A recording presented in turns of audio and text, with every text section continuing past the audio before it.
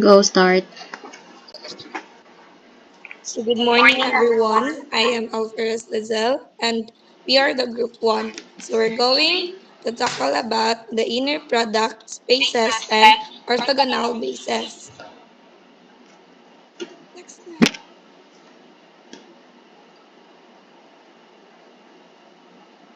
So first, learning objectives. So by the end of this lesson, students should be able to first apply inner product concepts to analyze vector spaces, including norms, angles, and orthogonality.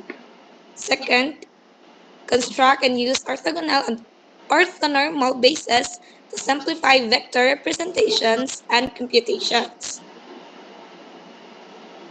Next slide. So, inner product spaces and orthogonal bases. These are important concepts used to study vectors, geometry, and transformations in higher dimensional spaces. So, an inner product lets us measure the length or the norm of a vector and the angle between the two vectors. And in orthogonal bases, let us simplify the computations because perpendicular vectors behave independently. Next slide.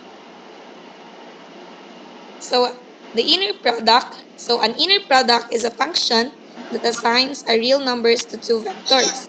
So for vectors u and v, the inner product is written as open parentheses u times v close parentheses. So in r to the power of n, the standard inner product is the dot product. So for vectors, the u is equals to open parentheses u sub 1 times u sub times u sub 1 times u sub 2 and so on and so forth.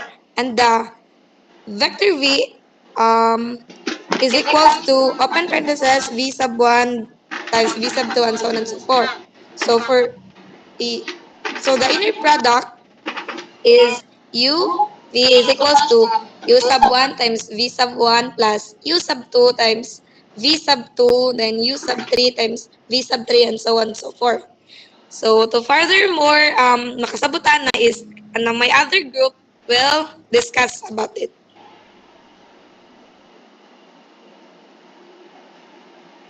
Good day, everyone. Before I start, let me introduce myself first. I am Keziah Alan Delab, and I will talk about one of the important concepts in linear algebra, the properties of inner product. An inner product is a way of multiplying vectors that helps us measure length, angle, and direction. So the first property is called symmetry. So the formula is the inner product of u and v is equals to the inner product of v and u. This means that the order of the vectors does not matter when finding the inner product. If we interchange the vectors, the answer will still be the same. For example, if the inner product of vector u and vector v is 10, then the inner product of v and u is also 10. So the second property is linearity. So the formula is the inner product of AU plus VW and V is equals to A times the inner product of U and V plus V times W and V.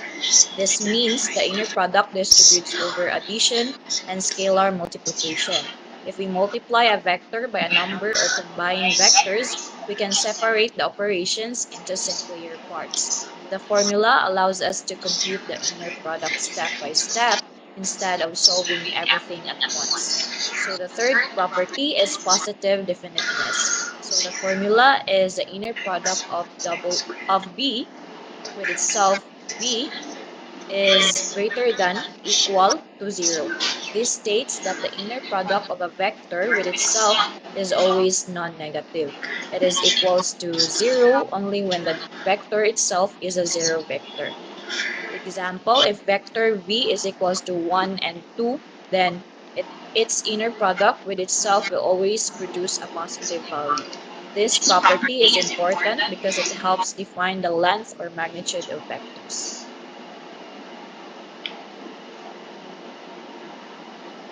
So next will be discussed by Mr. Astillero. So I am Brian Aster, so I will now discuss the norms and lengths of vector. So the norm of a vector represents its length or magnitude. So how to get the norm of vector? So let's for example we have the norm of vector v, which is equal norm vector v is equals to square root of v quantity of v. So let's for example we have we have a vector of 3 4, which is if we square root this one, so we're gonna multiply the vector by itself, which is 3 squared plus 4 squared. So now we simplify. We have square root of 9 plus 16, and so we got the square root of 25. So the square root of 25 is 5. So now we already have the norm of vector v, which is 5. So next, since we know how to get the norm of vector, we will proceed to the angle between vectors. So the angle between two vectors can be found using the inner product. Let's so the formula is first, so cosine theta is equals to the quantity of uv over the norm vector of u and norm vector of v, where the u is the angle vectors and the uv are the norm of the vector. So now let's substitute using an example. So we have an example of let u is the vector of 1, 2, and the v is 2, 1. So let's compute the first, which is the u multiplied to v. So to multiply, we will use the 1 multiplied to 2 and 2 multiplied to 1, which is we get 4. Now let's proceed to the denominator, which is the norms of the vector. So first thing to do is find the norm of the vector, which is discussed earlier, which is we will gonna square root the value of its vectors, which is now the value of the norms of vectors u is square root of 5, and the norm of the vectors v is square root of 5 also. So let's multiply both norms of vector, which is we get the square root of 25. And now we will gonna simplify the square root of 25, which is 5. Thus, the cosine theta is equals to 4 over 5. Now, the goal is we will find the angle, right? So, to find the angle, we will left the angle in the left side or the theta, while the cosine will be transposed to the right side, which is it will become cosine negative 1. So, now we get the theta or the angle is equals to cosine negative 1 multiplied to 4 over 5. So that's how we get the angle between vectors using the formula of cosine theta is equals to quantity of u times quantity of u and quantity of v. So next is the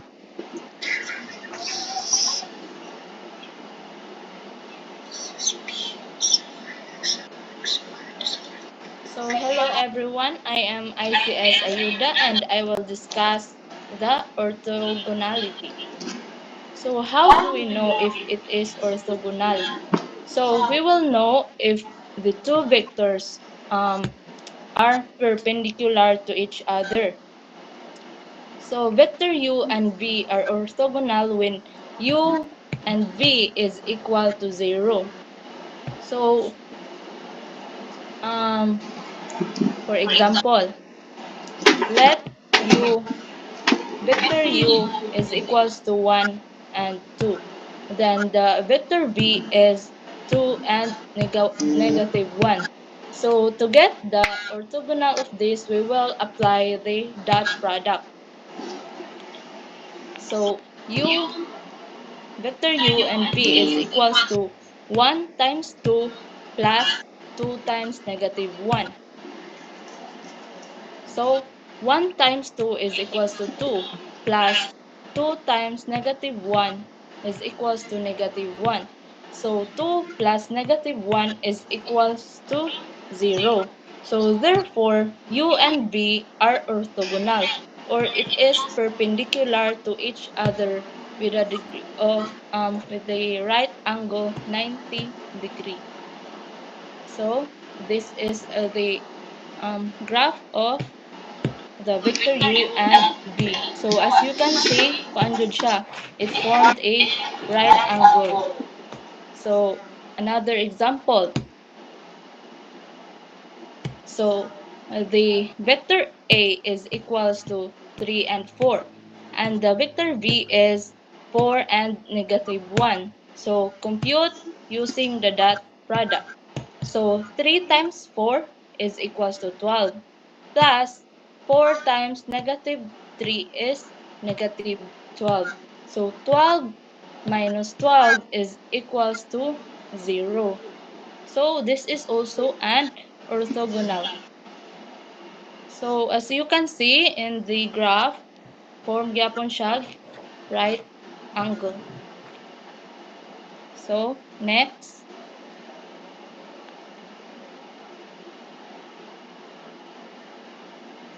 Next is we have here the orthogonal basis. So an orthogonal basis is a set of vectors that are perpendicular to each other and can represent the whole vector space. So there are conditions. A set of vectors forms an orthogonal basis if first, the vectors span the space. Second, every pair of distinct vectors is orthogonal. So an example of orthogonal basis is the vectors 1, 0, and 0, 1 form an orthogonal basis in R squared because they are perpendicular to each other and can represent any point in the plane. So the R squared there represents the two-dimensional real number plane where it contains unordered pairs in the plane. The advantages of orthogonal basis are very useful because they simplify calculations, make coordinates easier to compute, reduce computational errors, and help in projections and approximations. When each vector also has length equal to 1, the basis is called an orthonormal basis. To summarize, the properties of inner product help us understand relationships between vectors, while orthogonal bases simplify many mathematical computations. So, good morning everyone. I'm Isabella Gadisluk and let's proceed to autonormal basis. So, autonormal basis. So, an autonormal basis consists of vectors that are orthogonal to each other and unit vectors, and each vectors has norm equal to 1. So, example, vector 1, 0 and vector 0, 1. So, these vectors are already unit vectors. So example, mathematically speaking, inner product of u sub I and u sub j is equal to 0 for I is not equal to j, and magnitude of u I is equal to 1. So let's have an example. So next.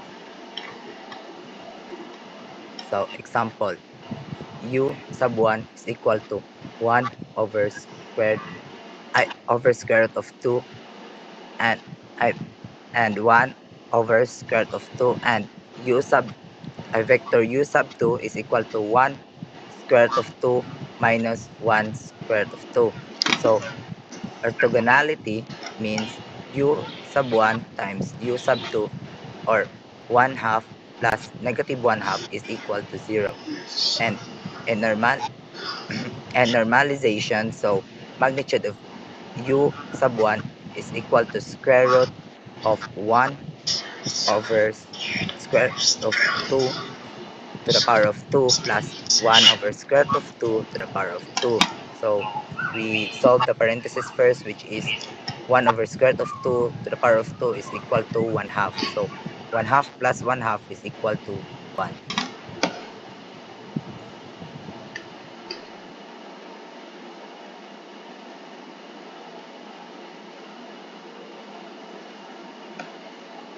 Okay, so good morning everyone. So I am Michelle Almaden, and at this point we will try to solve a problem in orthonormal and orthogonal bases. Okay, so let's have our first example. So the first problem states, show that the following set is an orthonormal basis. So we are given three vectors. So we have vector 1, vector 2, and vector 3. So in vector 1, so vector 1 is equal to 1 over square root of 2, 1 over square root of 2, and 0. Vector 2 is equals to negative square root of 2 over 6, square root of 2 over 6, 2 square root of 2 over 3. And for vector 3, it is equals to 2/3, negative 2/3, and 1/3. So to prove that this set is an orthonormal, we need to prove two conditions. So first, the vectors must be orthogonal, meaning their dot product must be equal to 0. Second, each vector must have a magnitude or length which is equal to 1. So now let's proceed. So let us show that the vectors are orthogonal. So the formula for this is katong dot product. So we have first component times the first component, the plus the second component times the second component, plus the third component times the third component. So first, let us solve for vector 1 and the vector 2. Okay, so just based da kanang naa sa kanang ato ang given ha, kay wala na mo gi-show jud ang like ang full nga kanang pag solution ani. Okay. So we will solve first the vector 1 and vector 2. So 1 over square root of 2 times negative square root of 2 over 6 plus 1 over square root of 2 times square root of 2 over 6 plus 0 times square root of 2 over 3. So we will simplify this. We will have negative 1/6 plus 1/6 plus 0. So negative 1/6 plus 1/6 is equal to 0 is equals to 0. So therefore, vector 1 and vector 2 are orthogonal. Next, let us proceed for vector 1 and vector 3. So 1 over square root of 2 times 2/3 plus 1 over square root of 2 times negative 2/3 plus 0 times 1/3. So, if we will simplify this, we will have 2 over 3 square root of 2 minus 2 over square root of 2 plus 0. So, this will equal to 0. So, therefore, vector 1 and vector 3 are orthogonal kay 0 ilahang kay 0. Next, let's solve for vector 2 and vector 3.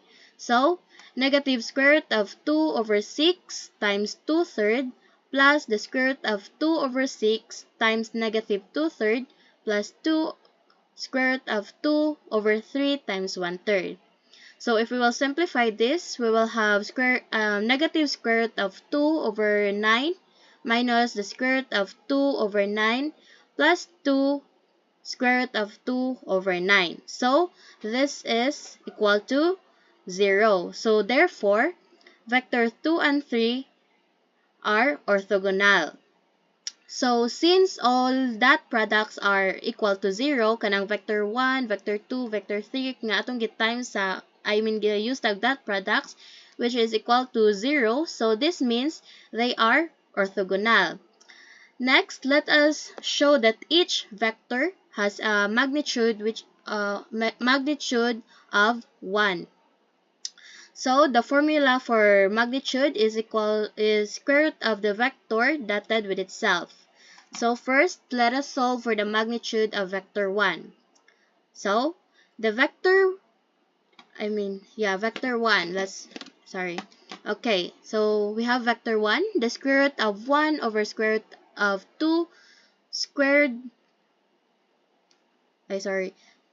the square root of 1 over the square root of 2 squared plus 1 over square root of 2 squared plus 0 squared. So, we will have 1 plus 1 plus 1 half, 1 half plus 1 half plus 0. So, this is equals to 1. Next, the square root of 1 is equals to 1. Therefore, the magnitude of vector 1 is 1. Now let's proceed to the vector 2. So, we have the square root of negative square root of 2 over 6 squared plus square root of 2 over 6 squared plus 2 square root of 2 over 3 squared. So, we will have 2 over 36 plus 2 over 36 plus 8 over 9. So, this will become 1 over 9 plus 8 over 9. And this is equals to 1. So, therefore, the magnitude of vector 2 is 1. So, lastly, let us solve for the magnitude of vector 3. So, we have the square root of 2/3, the square root of 2/3 squared plus negative 2/3 squared plus 1/3 squared. So, if we will simplify this, we will have 4 nines plus 4 nines plus 1 9. So, this is equals to 9 nines, which is equals to 1. Next, we have, so, therefore, ang vector 3 is, iyahang magnitude man is 1, so, therefore, it is orthonormal. So, since all vectors are orthogonal and each vector has a magnitude which is equal to 1, the set is an orthonormal. And because there are 3 orthonormal vectors in R3, the set forms an orthonormal basis for R3. Next, let's have another problem, please. I see.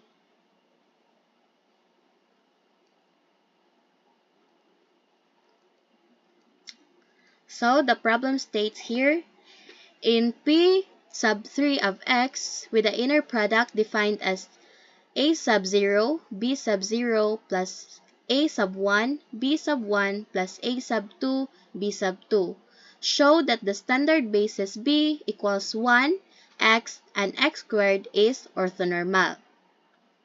So, to solve this problem, we first identify the vectors. So, we have vector 1 is equals to 1 plus 0x plus 0x squared. Vector 2 is equals to 0 plus x plus 0x squared. And vector 3 is equals to 0 plus 0x plus x squared. So, to prove that the basis is orthonormal, we need to prove two conditions again. So first, the vectors must be orthogonal, which is katong iyahang answer is equals to 0. Second, each vectors must have a magnitude which is equal to 1. So first, let us show that the vectors are orthogonal. So, we start with vector 1 and vector 2. Okay, so the inner product of vector 1 and vector 2 is equals to 1 times 0 plus 0 times 1 plus 0 times 0. So, this is equal to 0. So, therefore, vector 1 and vector 2 are orthogonal. Next, let us solve for vector 1 and vector 3. So, the inner product of vector 1 and vector 3 is equals to 1 times 0 plus 0 times 0 plus 0 times 1. And this is equal to 0. So, therefore, ang vector 1 and the vector 3 is orthogonal. Next, let us solve for vector 2 and vector 3. So, the inner product of vector 2 and 3 is equals to 0 times 0 plus 1 times 0 plus 0 times 1. So, this is equals to 0. So, therefore, ang kanang vector 2 and vector 3 are still orthogonal. So, since all products are equal to 0, 0 man na silang tanan, the vectors are orthogonal. Now, makaproceed na ta sa pag-solve sa atong orthonormal. So, i-prove na to nga ang ilahang magnitude is equals to 1. So, the formula for magnitude is the square root of the inner product of the vector with itself. So, first, let us solve for the magnitude of vector 1. So, the magnitude of vector 1 is equal to the square root of 1 times 1 plus 0 times 0 plus 0 times 0. And this becomes the square root of 1, which is equals to 1. So, therefore, the magnitude of vector 1 is 1. Next, let us solve for the magnitude of vector 2. So, the magnitude of vector 2 is equals to the square root of 0 times 0 plus 1 times 1 plus 0 times 0.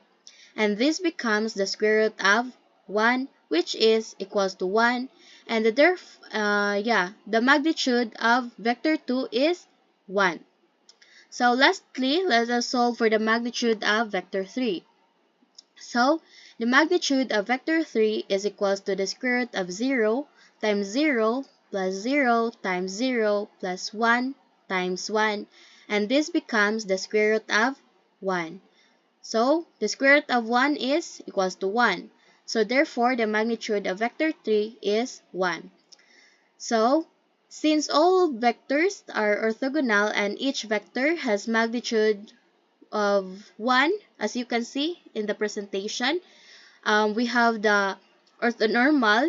Ang katong tulo ka buok na to ka vector is equal to 0. So, makaingon ta nga orthogonal. And next, sa makaingon po ta nga orthonormal kay ang iyang answer is 1. So, the standard basis B equals 1, x and x x squared is an orthonormal basis for P sub 3 of x. Okay, so that's all. Thank you.